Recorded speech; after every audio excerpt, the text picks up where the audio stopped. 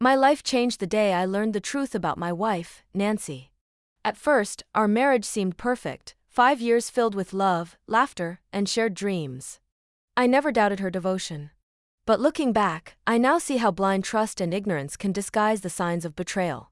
It wasn't naivety on my part, I had faith in the people closest to me, people I thought would always have my back.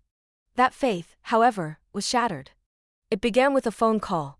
I had just moved into a new house, adjusting furniture and unpacking, when Nancy called to say she couldn't access the garage. Her keys no longer worked, and the garage door opener wasn't responding. Calmly, I informed her she no longer lived there, which she denied. As our argument escalated, I dropped the news she didn't want to hear: she had been served divorce papers.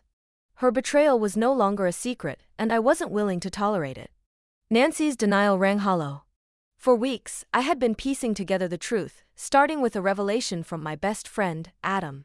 He had always been my closest confidant, a constant presence in my life since 7th grade. When he revealed that Nancy had been unfaithful even before our marriage, I was blindsided. How could I have missed it? How could someone I trusted betray me so deeply? This story isn't just about betrayal, it's about confronting hard truths, facing the people you once trusted, and finding the courage to start over. The decision to end my marriage wasn't made lightly, but sometimes, the only way to move forward is to close the door on the past. Learning about Nancy's infidelity didn't happen all at once. It started with Adam, who sat me down at our usual spot, Marlowe's Tavern. Over a few beers, he revealed a truth I wasn't prepared to hear: Nancy had been cheating on me since before our wedding. Adam explained how he'd suspected it for years but assumed I knew.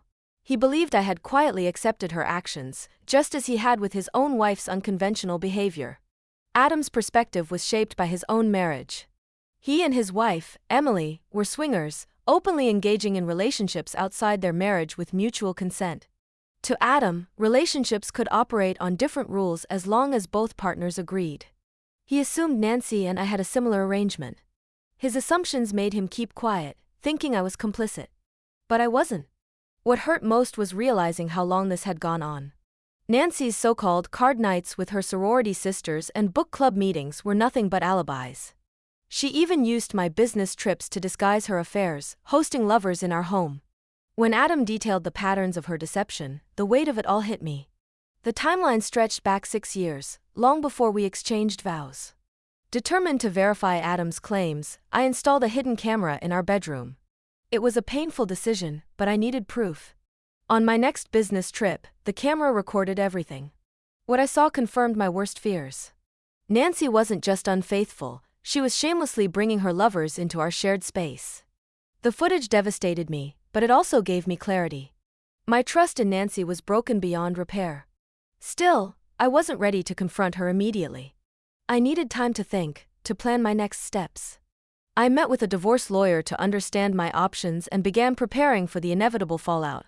Meanwhile, Nancy carried on as if everything was fine.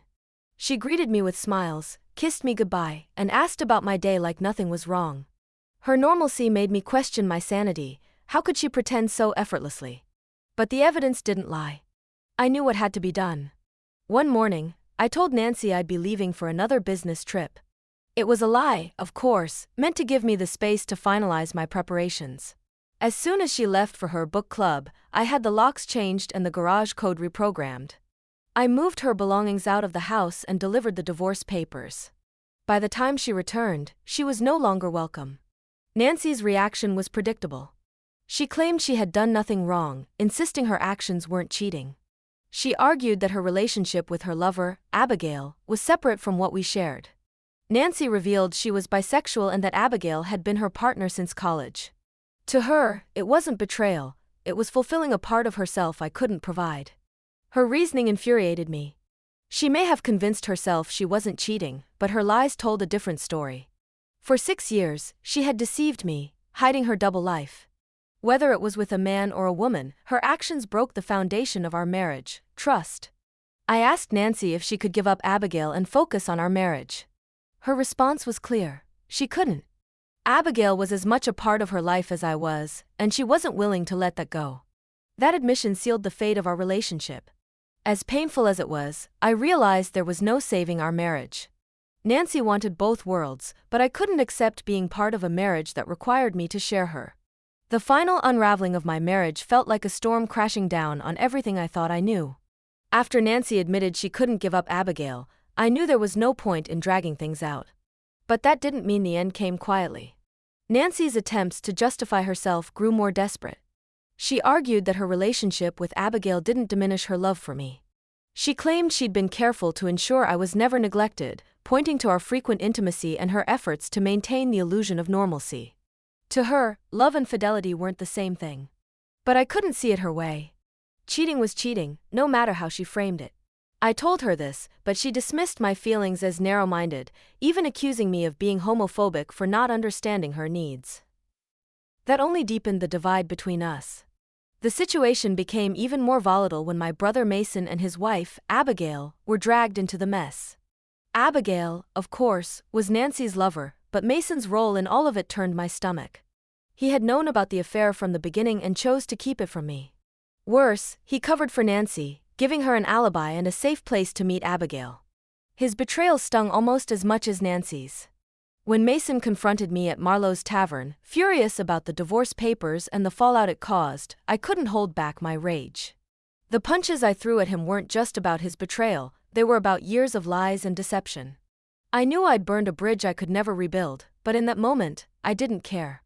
Back at the house, Nancy tried one last time to worm her way back into my life. She broke in through a window, demanding that I hear her out. I refused. I told her everything would go through the lawyers and that there was nothing left to discuss. Her persistence was maddening. She wanted me to believe she wasn't at fault, that her actions had been out of love for me and not betrayal.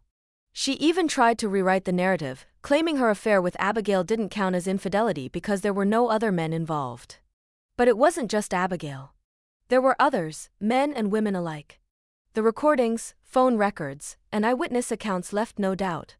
Nancy's version of love wasn't something I could accept. When I finally told her to leave, she pushed back harder. She accused me of being the unreasonable one, of throwing away our marriage over something she saw as insignificant. That was the moment I realized how differently we viewed love, commitment, and trust. To her, those things were fluid. To me, they were absolute.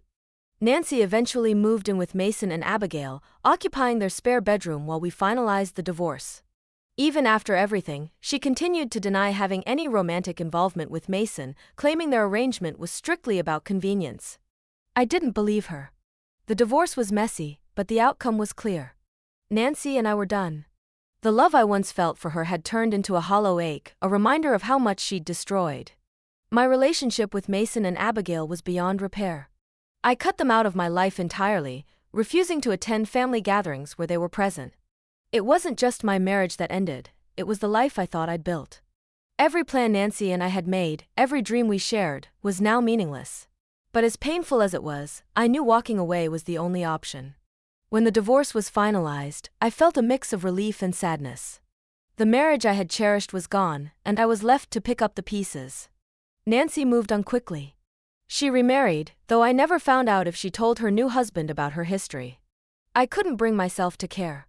The fallout extended beyond her. My relationship with Mason was irreparably broken. His complicity in Nancy's betrayal was a line I couldn't forgive. Abigail tried to mend the rift, but I refused her efforts. Trust, once shattered, cannot be pieced back together, and I couldn't bring myself to pretend otherwise. For a while, I avoided family gatherings, unable to be in the same room as Mason and Abigail. Over time, I learned to coexist with them at events, but our interactions were cold and distant. I kept to myself, speaking only when necessary, never engaging beyond polite civility. Life eventually moved forward. I sold the house Nancy and I had once shared. It was too large and too full of memories to stay. I started fresh, in a smaller place that felt like my own. A few years later, I met April. She was different, open, honest, and fiercely committed to the idea of loyalty. We dated for 8 months before she brought up the idea of a long-term commitment.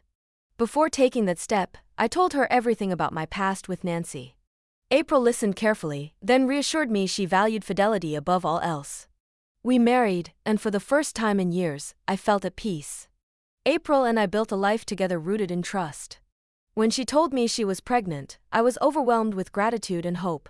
Our child, due in 7 months, symbolizes a fresh start, a chance to build the family I once dreamed of but never had with Nancy.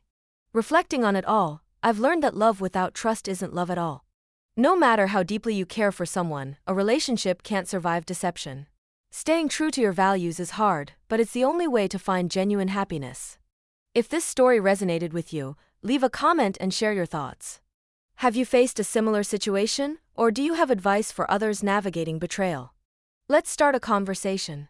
Don't forget to like and subscribe to my channel for more stories and discussions on relationships, trust, and personal growth. Thank you for watching, and take care.